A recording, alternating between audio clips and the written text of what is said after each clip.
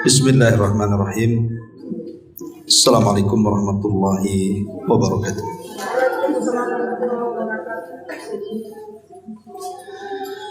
Alhamdulillah wassalatu wassalamu ala Rasulillah wa ala alihi wa sahbihi wa mawalah wa la hawla wa la quwata illa billahi wa ba'du. Alhamdulillah, di pagi menjelang siang ini kita bisa berkumpul di Saung Sunda Sawargi, dan pembahasan di hari ini kita akan membahas tentang al-fitnatu fi akhir zaman, fitnah-fitnah yang terjadi di akhir zaman. Ma'asyiral muslimin wal muslimat rahimakumullah. Sesuatu yang harus kita imani adalah kita wajib membenarkan apapun yang dihabarkan Nabi sallallahu alaihi wasallam. Makanya para ulama ketika membahas tentang keimanan kepada Rasul, salah satunya mereka mengatakan tasdiquhu fi ma akhbar. Seseorang wajib membenarkan apapun yang dihabarkan Nabi. 14 abad yang silam Nabi SAW sudah banyak menghabarkan tentang banyak peristiwa. Lah, peristiwa-peristiwa itu mencakup fitnah-fitnah yang akan berlaku di akhir zaman, dan hampir sebagian besar yang diprediksi Nabi SAW itu semua terjadi.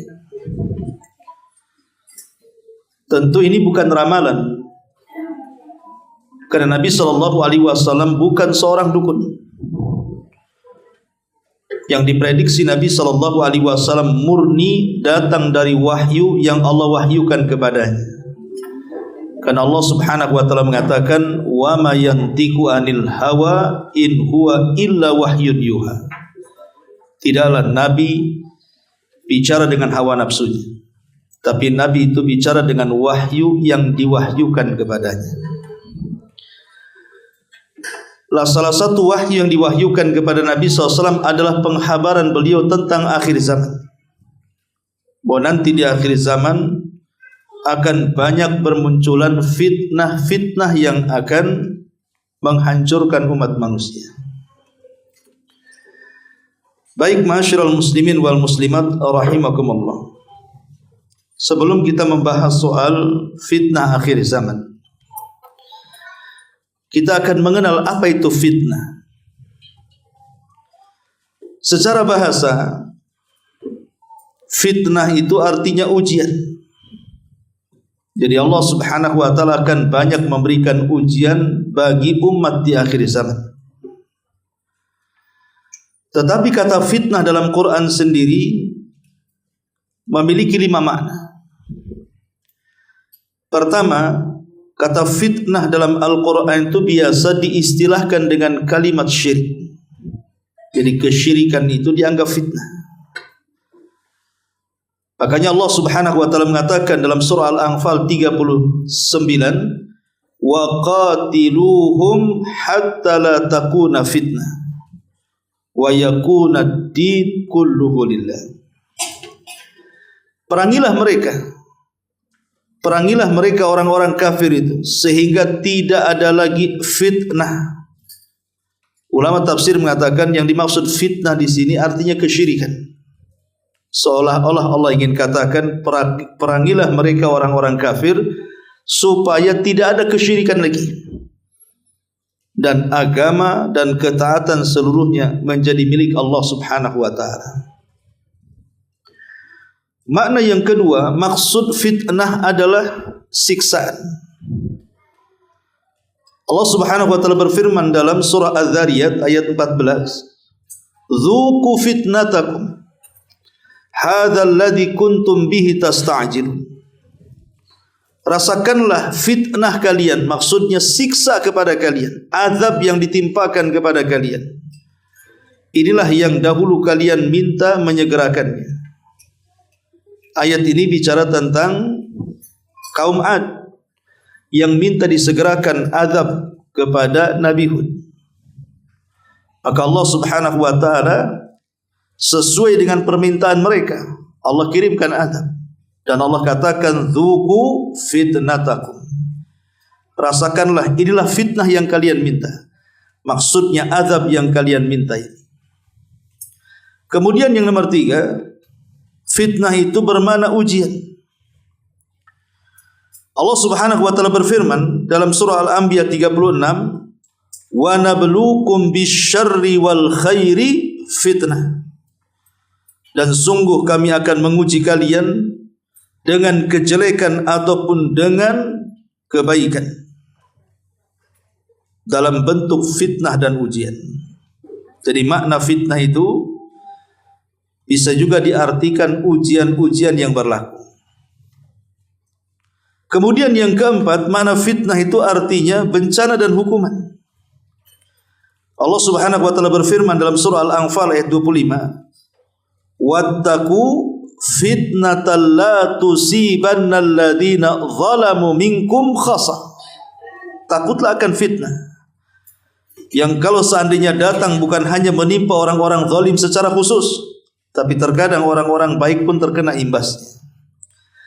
Maksudnya wattaqu fitnah, takutlah akan fitnah. Fitnah di sini artinya bencana ataupun hukuman dari Allah Subhanahu wa taala.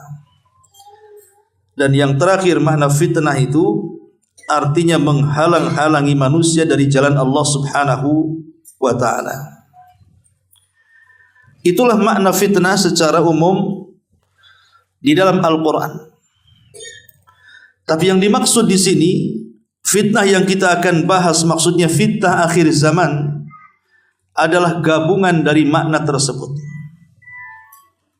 Bahwa banyak hal yang disabdakan Rasul 14 abad yang silam tentang fitnah-fitnah ujian-ujian Allah ini kepada manusia. Seperti apa contohnya? Ma'asyiral muslimin wal muslimat rahimakumullah. Di antara fitnah yang akan berlaku yang disabdakan Nabi sallallahu alaihi wasallam, contohnya adalah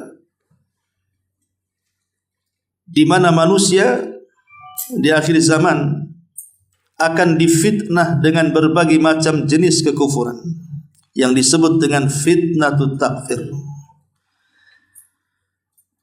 Nabi sallallahu alaihi wasallam mengatakan, "Ayyuma rajulin qala li akhihi ya kafir, faqad ba'a bihi ahaduhuma." Siapapun manusianya yang berkata kepada saudaranya, "Hei kafir," padahal dia tidak kafir, maka tuduhan kekafiran kepada orang lain itu bisa saja kembali kepada yang mengucapkannya. Jadi di akhir zaman akan muncul orang yang mudah mengkafir kafirkan saudaranya. Dan itulah yang kita kenal dengan munculnya berbagai macam aliran yang menyesatkan satu dengan yang lainnya sampai mengkafirkan satu dengan yang lainnya. Contoh saja Khawarij. Munculnya Khawarij itu fitnah akhir zaman. Karena Khawarij itu akan senantiasa ada pada setiap zaman. Walaupun mereka diberantas dalam setiap zamannya, tapi sel-sel mereka tidak akan pernah hilang dan akan tumbuh kembali sampai yang terakhir dari kelompok mereka menjadi para pengikut Dajjal. Lah orang-orang Khawarij ini kalau melihat orang-orang yang di luar pemahamannya, di luar kelompoknya, pasti dikafirkan. Makanya ideologi Khawarij ini berawal dari takfir, pengkafiran, berakhir dengan pembunuhan. Karena kalau sudah dikafirkan berarti dianggap halal darahnya. Dan kalau sudah dianggap halal darahnya berarti boleh dilakukan pembunuhan. Makanya ada istilah berawal dari pengkafiran berakhir dengan pembunuhan. Itulah orang-orang yang suka melakukan bunuh diri itu. Itu karena ada ideologi Khawarij di situ. Sehingga bukan hanya mereka berani mengkafirkan kepada individu yang di luar daripada kelompoknya, beraninya mereka mengkafirkan sampai ke taraf pemerintah.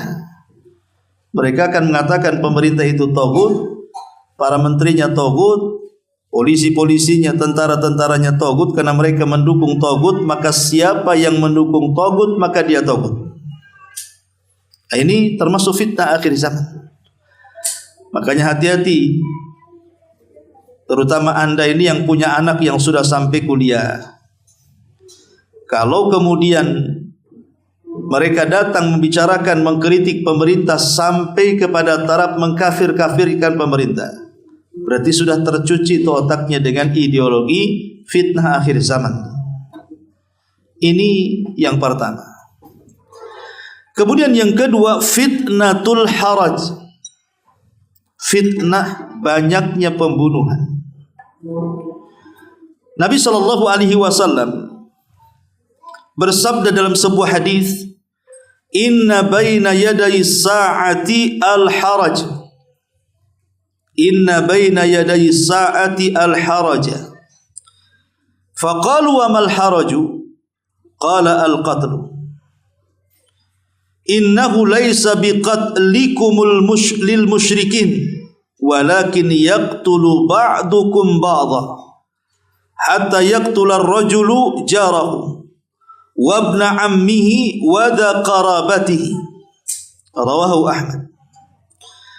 Kata Nabi SAW, sesungguhnya mendekati kiamat itu akan bermunculan banyak yang terjangkit penyakit haraj.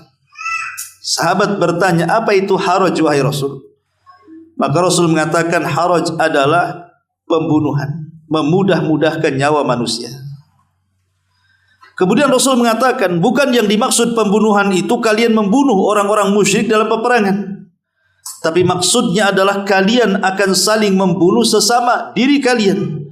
Sehingga seseorang ada yang membunuh tetangganya, ada yang membunuh anak saudaranya, ada yang membunuh kerabatnya, dan begitu seterusnya.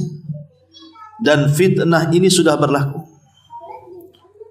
Bahkan fitnah ini yang tersebar banyak di hampir semua negara.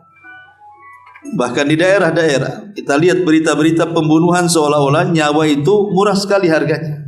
Persis seperti yang disabdakan Nabi, bahwa orang yang membunuh tidak tahu alasannya kenapa dia bisa membunuh, dan orang yang dibunuh lebih tidak paham lagi alasannya kenapa dia bisa dibunuh.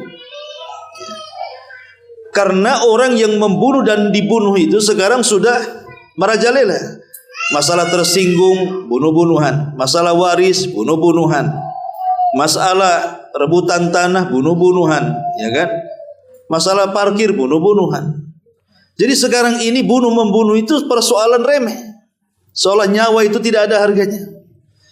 Apalagi perempuan-perempuan yang berzina kemudian punya anak, anak hasil zina itu terkadang mudah untuk membunuh bayi yang ada di badannya dengan cara atau kalau sudah lahir ya dibuang di tong sampah, disolokan dan begitu seterusnya. Dan Allah katakan wal mau'udatu su'ilat bi ayyi dzambin qutilat.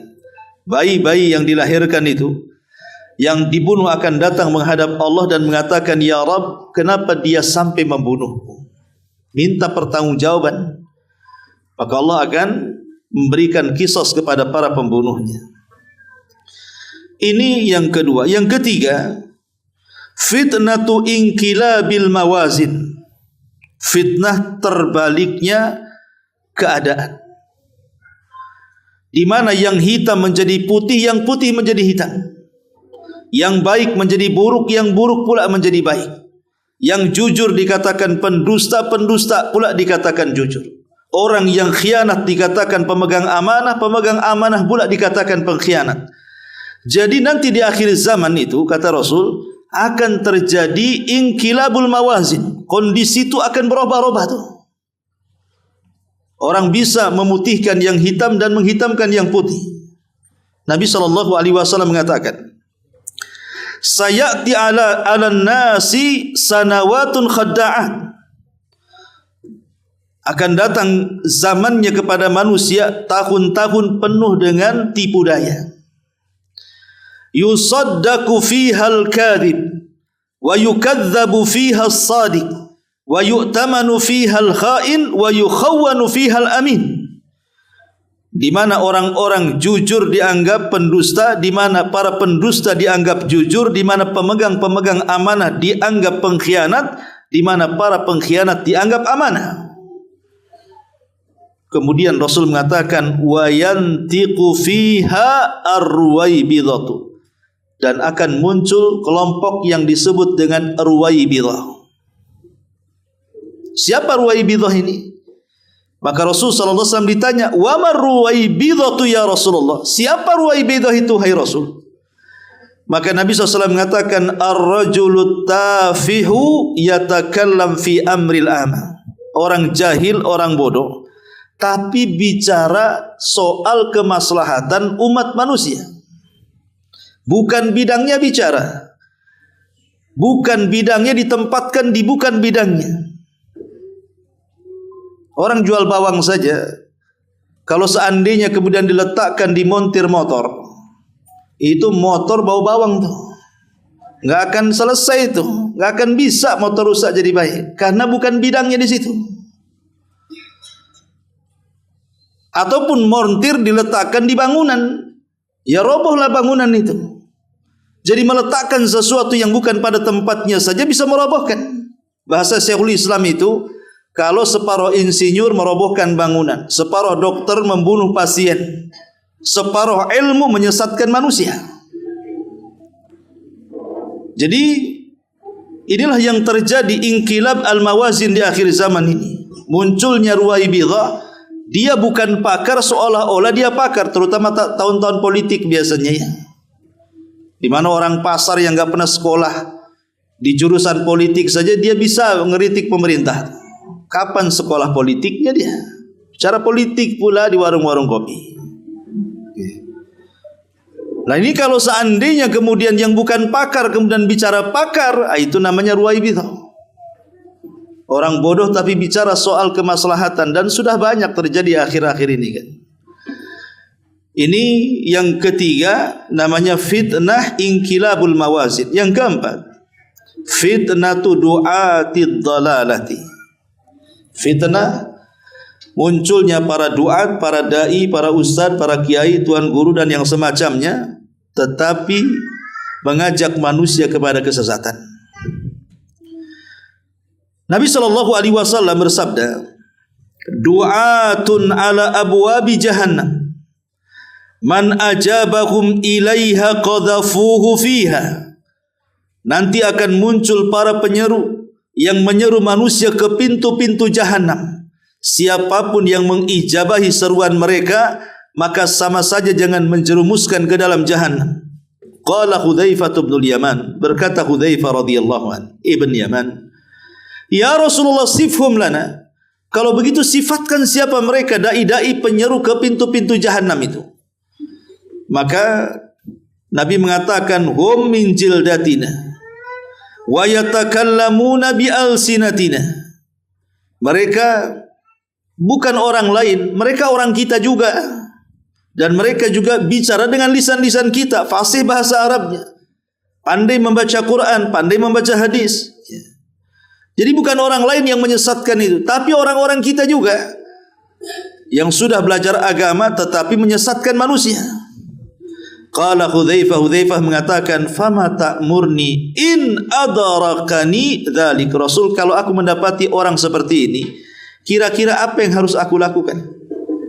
Maka Nabi SAW mengatakan, "Talzam jama'atal muslimina wa imamahum." Tetaplah bersama jamaah kaum muslimin dan para pemimpin mereka. Rawahul Bukhari wa Muslim. Karena biasanya ma'asyiral muslimin yang dimuliakan Allah Azza wa Jalla, ada beberapa, kita tahu ulama ini kan macam-macam. Ada yang disebut dengan ulama usultah. Ulama usultah itu artinya ulama yang bicara sesuai dengan kepentingan negara. Walaupun kebijakan negara salah, tetap dicarikan fatwa. Walaupun kebijakan negara itu menyelisih Quran Sunnah, tetap dibuatkan fatwa. Itu namanya ulama para penjilat pemerintah. Ya. Kemudian yang kedua ada namanya ulamaul ummah. Ulama yang hanya bicara sesuai selera umat. Mana kira-kira umat senang, itu yang dibicarakan. Mana umat-umat yang tidak senang, dia hindari itu bicara di situ. Ulama yang seperti ini dipastikan tidak akan mampu menyampaikan kebenaran. Karena dia akan bicara sesuai dengan yang umat senang saja. Kalau umat tidak senang, enggak mau. Umpamanya dia membahas tentang syirik, bid'ah dan yang semacamnya. Ini bahaya nih kalau dibicarakan. Nanti umat sesat. Nanti umat akan salah paham. Nanti umat akan pecah belah. Kalau seandainya seseorang diam tidak menyampaikan kebenaran, lalu kapan kebenaran itu akan muncul? Kebenaran itu akan menyebar sampai kapan kebenaran tertutup-tutupi? Maka bahaya ulamaul ummah itu. Karena dia hanya bicara demi kepentingan umat saja. Apa kata umat senang, ya bicara. Apa yang di umat tidak suka, ya enggak mau bicara. Harusnya para duat itu yang menggiring umat, bukan dia yang digiring umat. Kan para duat itu yang memiliki ilmu, sementara umat itu sebagian mereka awam, terkadang tidak paham. Kita yang kemudian mengarahkan mereka ke pintu-pintu sorga, malah pula disamarkan. Lah ini namanya ulamaul ummah. Ulama yang kalau bicara itu sesuai dengan keinginan umat saja. Dan yang ketiga adalah ulama rabbani. Inilah ulama-ulama yang sesungguhnya. Rabbani.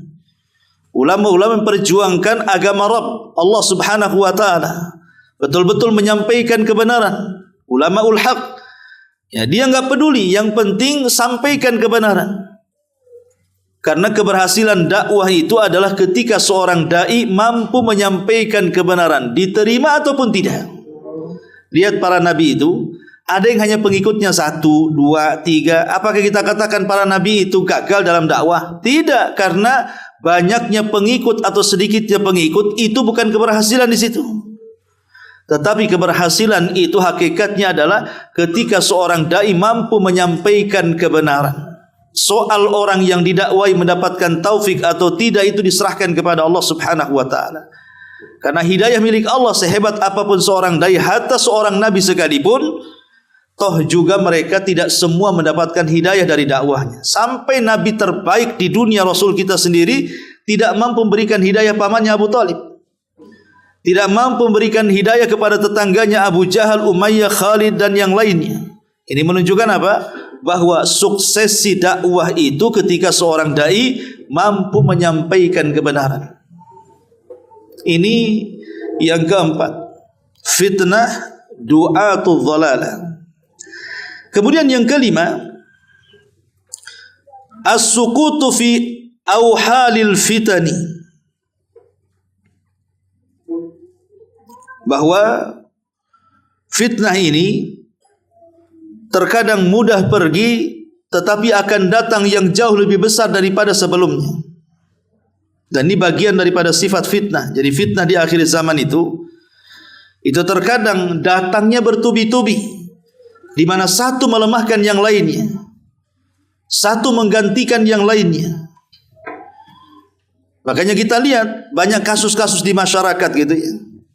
Dalam satu keluarga saja terkadang yang satu terkena narkoba, yang satunya terkena kasus pencurian, yang satunya berzina, menghamili orang, dan begitu seterusnya. Jadi terkadang fitnah ini bermacam-macam. Terkadang satunya bisa melemahkan yang lainnya. Kata Nabi SAW, wa taji'u fitnatun fayuraffiqu ba'duha ba'dha, ay yasiru ba'duha raqiqan khafifan li'azami ma ba'dahu. Akan datang fitnah itu di mana sebagiannya akan melemahkan sebagian yang lainnya. Maksudnya terkadang fitnah sebelumnya lemah, tetapi ingat akan datang setelahnya fitnah yang sangat besar. Salah satunya dicontohkan, wa taji'u fitnatun fayaqulul mu'min hadhihi mahlakati. Dan akan datang fitnah di mana seseorang itu melihat dirinya dan mengatakan, sungguh ini hari kecelakaanku, sungguh ini hari kematianku, aku lebih baik mati daripada hidup. Karena tidak tahan dengan fitnah atau ujian yang Allah Subhanahu wa taala berikan kepada dia. Dan hari ini kan kita bisa lihat kan, ada orang yang hanya faktor kekurangan ekonomi. Mungkin diceraikan suaminya, bawa anak banyak, pikir macam mana ini ngasih makan anaknya. Akhirnya berangan-angan kalau lihat orang mati, kenapa enggak aku aja yang mati gitu. Kalau lewat kuburan, kenapa enggak aku aja yang masuk kuburan itu. Jadi nanti di akhir zaman itu karena tidak tahan melawan fitnah dengan kesabaran tadi, maka ada orang yang mengatakan hancur dan mati lebih baik dibandingkan kokoh dan hidup. Dan itu sudah terjadi di masyarakat kan. Akibat depresi, anak muda diputus pacar saja mau gantung diri. Ya kan? Nah ini kan masalah-masalah fitnah ini memang bisa membahayakan jiwa. Bahkan ada kasus di mana itu suaminya ngutang kulkas, istrinya tidak tahu, tahu-tahu bunuh diri. Hanya gara-gara tidak sanggup bayar utang kulkas. Bayangkan, gara-gara kulkas mati. Harusnya gara-gara kulkas kedinginan ya. Ini kalau kepanasan gitu. Ini kan sampai terjadi kasus-kasus yang remeh-temeh seperti ini kok bisa menghilangkan jiwa. Nah, ini kadang-kadang fitnah ini memang sifatnya seperti itu. Kemudian yang keenam, fitnatul mal. Fitnah harta. Nabi SAW mengatakan, inna likulli ummatin fitnah. Ay dhalalan wa maksiatan. Wa fitnatu ummatil mal. Sesungguhnya tiap-tiap umat ini punya fitnahnya sendiri. Maksudnya kesesatan dan kemaksiatan. Tetapi fitnah umatku, kata Rasul, adalah kekayaan. Makanya Nabi SAW sampai mengatakan saat datang rombongan para sahabat yang membawa upeti dari Bahrain. Karena Bahrain itu di zaman Rasul ditaklukkan Nabi. Sehingga upetinya dibawa oleh para sahabat menghadap hendak dibawa kepada Nabi. Ketika itu Rasul sedang sholat subuh bersama para sahabatnya. Mendengar datang harta yang banyak dari Bahrain, harta rampasan perang dari Bahrain, semua sahabat akhirnya keluar habis sholat subuh itu. Tidak sempat zikir lagi, udah keluar semua. Karena melihat harta yang melimpah dari Bahrain itu. Maka Nabi SAW langsung menasihati para sahabat dan mengatakan, wallahi, mal faqra ahsya alaikum. Demi Allah, kata Rasul, kefakiran bukan yang aku takutkan kepada kalian. Kalian fakir, aku enggak takut. Tetapi kata Rasul, walakin ahsya an tubsata ad-dunya. Yang aku takutkan kalau seandainya dunia justru dibentangkan kepada kalian. Kama busitat ala man kana qablakum, seperti yang sudah dibentangkan kepada umat sebelum kalian. Fatanafasuha kama tanafasuha wa tuhlikakum kama ahlakathum. Kemudian kalian lari mengejar berlomba-lomba kepada dunia dan meninggalkan akhirat seperti orang-orang yang dulu juga mengejar dunia, kemudian kalian akan dihancurkan sebagaimana umat dulu juga dihancurkan karenanya. Kata Nabi SAW, inilah yang aku takutkan kepada kalian kalau dunia sudah terbentang. Karena dunia ini mudah mempengaruhi manusia. Berapa banyak orang yang istiqomah akhirnya futur gara-gara dunia. Gara-gara dunia orang bisa futur tuh. Memang dunia ini dahsyat sekali. Wajar kalau Allah mengatakan kalla innal insana la yatgha. Rupanya dunia ini juga sebab terbesar manusia itu mudah melampaui batas. Karena perebutan dunia, orang menyakiti orang, memfitnah orang, menggibah orang, membuli orang, membunuh orang, dan begitu seterusnya. Ya. Maka ini juga termasuk fitnah akhir zaman, la fitnatul mal. Fitnah harta. Kemudian yang nomor 7, fitnatul aulad. Fitnah anak-anak. Maka di akhir zaman akan terjadi fitnah yang bersumber justru dari orang terdekat kita, anak-anak kita. Karena anak-anak dalam Al-Quran itu kan ada 4 kategori yang sering saya jelaskan. Pertama, anak itu fungsinya sebagai kebanggaan orang tua. Allah mengatakan al-malu wal banun zinatul hayatid dunya. Anak-anak dan harta itu menjadi zinah, kebanggaan, perhiasan. Perhiasan manusia salah satunya adalah anak-anak. Itulah perhiasan orang tuanya. Karena anak-anak itu bagaimanapun dia adalah si buah hati, si jantung hati belahan jiwa, bahasanya penerus sejarah, penerus perjuangan orang tua dan begitu seterusnya. Sehingga ada sebagian orang tua itu yang bangganya luar biasa kepada anaknya. Saking bangganya kalau ketemu kawannya nggak ditanya anaknya, cerita anaknya. Ya, tahu nggak anak saya katanya? Nggak tahu. Ya. Oh anak saya begini-begini, begono-begono kan begitu. Padahal nggak ditanya. Saking bangganya. Walaupun tidak sholat, tidak ada masalah. Yang penting berhasil dunia. Kemudian yang kedua, kategori anak itu bisa dijadikan sebagai fitnah. Tadi sebagai zinah, perhiasan, artinya kebanggaan. Yang kedua bisa menjadi fitnah. Dan itu ujian bagi orang tua. Dari kecil anak itu sudah ibu bapak dipesantrenkan SMP, SMA sampai kuliah. Harusnya sudah besar itu pahamlah dia berbakti kepada orang tua. Makin besar makin kurang ajar kepada orang tua. Padahal sudah dididik dengan bagus padahal. Kalau seandainya orang tua sudah mendidik dan bertanggung jawab kepada pendidikan anaknya, memberi makan, minum, pakaian, tempat tinggal, pendidikan yang layak, tapi anaknya justru kurang ajar kepada orang tua, itulah fitnah namanya. Kadang anak itu jadi ujian bagi orang tua. Ini harus lebih ekstra dan sabar lagi orang tua menghadapi anak yang seperti itu. Kemudian yang terakhir, yang ketiga adalah al-adu, terkadang lebih daripada fitnah. Kalau fitnah saja masih oke lah. Tapi ada yang jauh lebih parah, namanya al-adu, musuh. Terkadang anak-anak itu bisa menjadi musuh orang tuanya, terkadang musuh secara ideologi atau musuh secara fisik. Kita lihat ada yang membunuh, menampar, menyakiti orang tuanya dan begitu seterusnya. Dan yang terakhir tentu anak yang diharapkan kita semua, yang dicantumkan dalam doa di dalam Al-Qur'anul Karim, Rabbana hablana min azwajina wa dzurriyyatana qurrata a'yun waj'alna lil muttaqina imama. Itulah anak yang disebut dengan qurrah al-a'yun, penyejuk mata yang bisa membahagiakan orang tuanya dunia dan akhiratnya. Tetapi begitulah memang Allah memberikan fitnah di akhir zaman, banyaknya anak-anak yang durhaka kepada orang tua. Dalam hadis yang panjang, hadis Jibril, ya, ketika bertanya soal Islam, iman dan ihsan, kemudian bertanya soal kapan kiamat, tapi Rasul tak jawab. Ketika kemudian bertanya soal tanda-tandanya, maka Rasul jawab. Salah satunya Rasul mengatakan, antalidal amatu rabbataha. Engkau akan melihat bagaimana ada seorang budak melahirkan tuannya.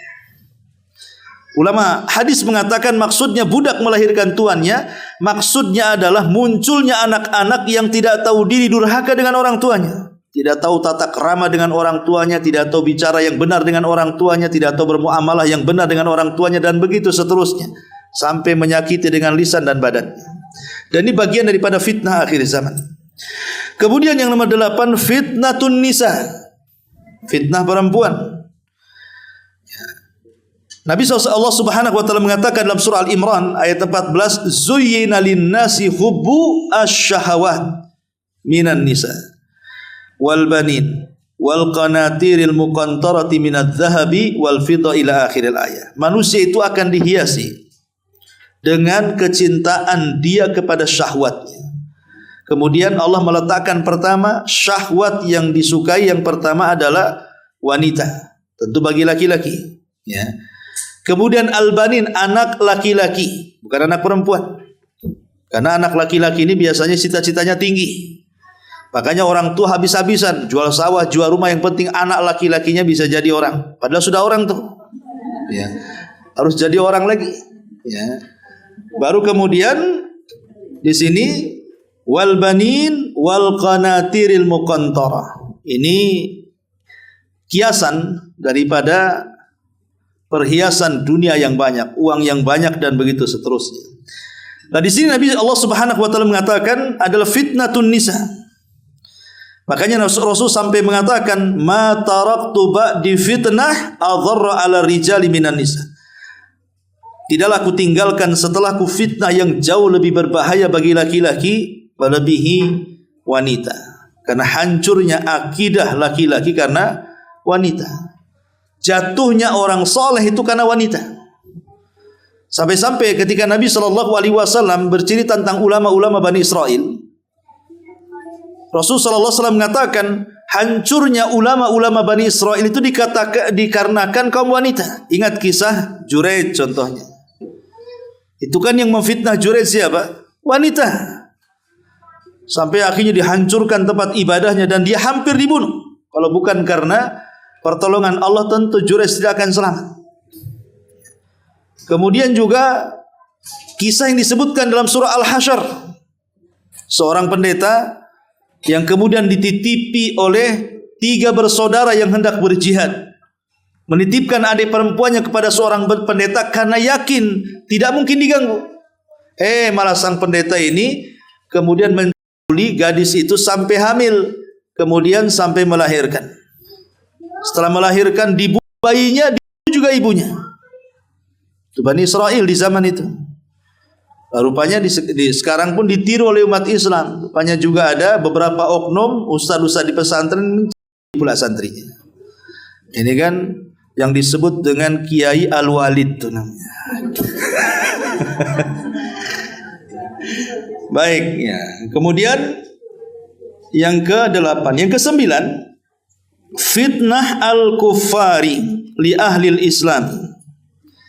Fitnah apa lagi yang terjadi? Fitnah orang-orang kafir.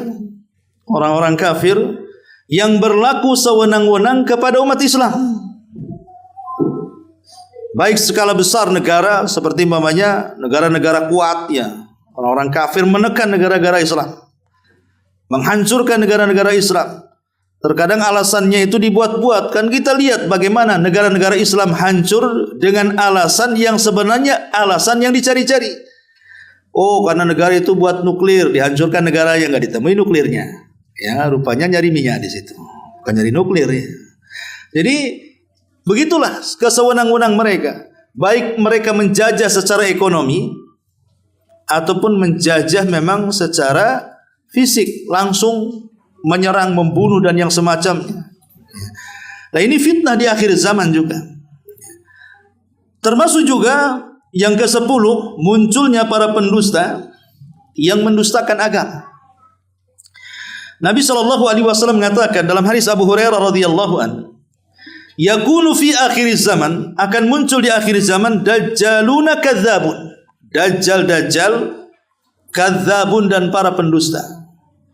Ya'tunakum minal ahadits, mereka datang kepada kalian membawa hadis-hadis bima lam tasma'u antum wala aba'ukum. Tapi hadis yang disampaikan mereka kepada kita nggak pernah dengar hadis itu. Baik kita atau bapak-bapak kita nggak pernah mendengar. Dari mana hadis itu muncul? Rupanya hadis-hadis palsu yang disampaikan. Fa iyyakum wa iyyahum, hati-hati kalian dan hati-hati dari mereka. La yudhillunakum wa la yaftinunnakum. Jangan sampai mereka menyesatkan kalian, jangan sampai kalian membuat fitnah bagi kalian. Kata Rasul di sini, yakunu fi akhir zaman dajjaluna kadzabun. Dajjal yang mereka kuat dalam berdusta. Dajjal di sini menggunakan jamak dajjalun. Artinya dajjal itu bukan satu orang. Itu kepalanya, yang satu orang yang di akhir zaman itu kepalanya. Tapi sebelum muncul dajjal yang memang dajjal aslinya, lah sebelumnya akan muncul dajjal-dajjal yang banyak. Mereka adalah para pendusta-pendusta agama. Seperti orang-orang yang ngaku Imam Mahdi, orang ngaku Jibril, orang ngaku Nabi, ya kan? Si baik ngaku Tuhan aja. Ya. Tapi ada juga yang ngaku Tuhan itu sebagian orang kan, kayak Fir'aun, Namrud dan yang semacamnya. Tetapi orang-orang yang mengaku Nabi, mengaku Jibril, mengaku Imam Mahdi, mengaku macam-macam, mereka hakikatnya para dajjal. Mereka adalah para pendusta agama yang terang-terangan mereka mendustakan agama. Anehnya di negeri kita ini, sesat-sesatnya orang ada saja pengikutnya. Tidak di dunia nyata, di dunia gaib juga ikut. Siapa? Netizen. Kadang-kadang ada aja jadi pengikutnya. Tak siapa orangnya. Ini kadang-kadang betul kata penyair Arab itu, likul lisakitil lakit, setiap yang jatuh ada aja yang mungut. Setiap ajaran sesat ada aja pengikut, gitu maksudnya. Ya, ini juga termasuk fitnah akhir zaman. Kemudian yang ke-11, ya, fitnah kesesatan. Fitnah kesesatan ini artinya manusia-manusia mudah di akhir zaman itu menutup akal sehatnya dan memperturutkan hawa nafsunya. Nabi SAW bersabda dalam hadis Hudzaifah ketika menggambarkan fitnah di akhir zaman, apa kata Rasul? Tu'radul fitan 'alal qulubi kal hasiri 'udan fa ayyu qalbin ashrabaha nukitat fihi nuqtatun sauda wa ayyu qalbin anqaraha nukitat fihi nuqtatun bayda hatta tasira 'ala qalbaini 'alal abyad mithla as-safa fala yadurruhu fitnatu ma damatis samawati wal ard wal akhar aswad murbadan kal quzi muzahhiyan la ya'rifu ma'rufan wa la yunkiru munkaran illa ma ushriba min hawahu, rawahu Muslim. Kata Nabi SAW, akan ditampakkan fitnah itu kepada hati-hati manusia seperti tikar anyaman yang dianyam seutas demi seutas. Maka hati mana saja yang menyerap fitnah itu, meminum fitnah itu atau menyerap fitnah itu, maka akan diberikan titik hitam satu titik di hatinya. Dan siapapun hati yang mengingkari fitnah itu, maka akan diletakkan titik putih di hatinya. Sehingga ada dua hati di sini. Ada hati yang sangat putih bersih dan tidak akan dimadaratkan fitnah selama tegak langit dan bumi, tapi ada hati yang sangat hitam seperti gelas yang ditelungkupkan. Gelas kalau ditelungkupkan begini, atasnya kan nggak ada lubangnya, karena lubangnya di bawah. Sehingga kalau diisi air, namanya gelas ditelungkupkan, diisi air, airnya mau masuk dari mana? Pasti airnya akan keluar kan gitu, tidak akan masuk ke dalam gelas. Maksudnya, kalau hati itu sudah banyak fitnah, nasihat apapun mau dari kiai, mau dari syekh, mau profesor, ulama, nggak akan diterimanya, nggak akan masuk ke dalam hatinya. Lah ini fitnah akhir zaman. Nanti ada orang-orang itu yang degil, yang keras kepala, yang hatinya susah dimasuki nasihat. Ini bagian dari fitnah. Ya, orang tua nasihati anaknya nggak peduli, saudara menasihati saudaranya nggak peduli, kawan-kawan baiknya, akrabnya menasihati dengan kebenaran nggak peduli. Ini orang-orang yang sudah tertutup hatinya, dan itu akan ada di akhir zaman seperti gelas yang ditelungkupkan. Nasihat-nasihat, wejangan ayat Quran Sunnah nggak akan dipedulikan sama dia. Kenapa? Karena hatinya sudah tertutup hawa nafsu tadi, sehingga susah celah kebenaran masuk ke dalam hatinya. Ma'asyiral muslimin wal muslimat rahimakumullah. Dan yang terakhir, walaupun banyak tentu karena waktu, fitnatul jahli, fitnah kejahilan. Manusia sudah malas hadir di pengajian. Selama saya ngaji di sini ya ini aja wajah-wajahnya yang hadir. Yang baru adalah 1-2 kan. Malas orang. Kadang-kadang yang istiqomah saja, kadang-kadang kayak puasa Daud, kadang hadir, kadang tidak. Ya. Jadi nanti di akhir zaman memang seperti itu. Tapi ya tidak masalah. Makanya sebenarnya menuntut ilmu itu tidak perlu rajin setiap hari. Takut bosan. Ya. Sekali-kali, tapi jangan sekali ngaji tak hilang lama kali gitu ya. Tapi kan sekali-kali maksudnya istiqomah. Supaya apa? Supaya terbebas dari kejahilan. Karena kan inti daripada antum atau antuna ini datang ke tempat ngaji itu sebenarnya satu. Tujuannya ya, satu adalah mengikhlaskan niat, ingin mendapatkan pahala. Oke lah, mungkin tidak dapat ilmu karena ini ustadz ini itu aja materinya. Saya sudah tahu. Ya, kan ada orang yang malas ngaji karena sudah tahu materinya, pernah dengar. Ya, niatkan yang penting saya duduk dapat pahala di situ kan. Yang kedua adalah mengangkat kejahilan. Pertama kejahilan kepada diri kita sendiri. Yang kedua untuk mengangkat kejahilan kepada orang lain. Minimalnya ilmu yang dapat di pengajian itu disampaikan dalam keluarga. Karena di antara fitnah akhir zaman ini adalah tersebarnya kejahilan dan juga hilangnya ilmu pengetahuan. Karena orang sudah malas lagi duduk belajar agama dan mereka lebih mengejar dunia. Dan ini fitnah akhir zaman. Baik, banyak fitnah-fitnah yang lainnya. Kemudian secara ringkas sekarang, bagaimana cara terhindar dari fitnah-fitnah itu? Ma'asyiral muslimin wal muslimat rahimakumullah. Adapun solusi supaya kita tidak terjerumus kepada fitnah atau menghindarkan diri dari fitnah itu, pertama adalah kembali kepada Allah.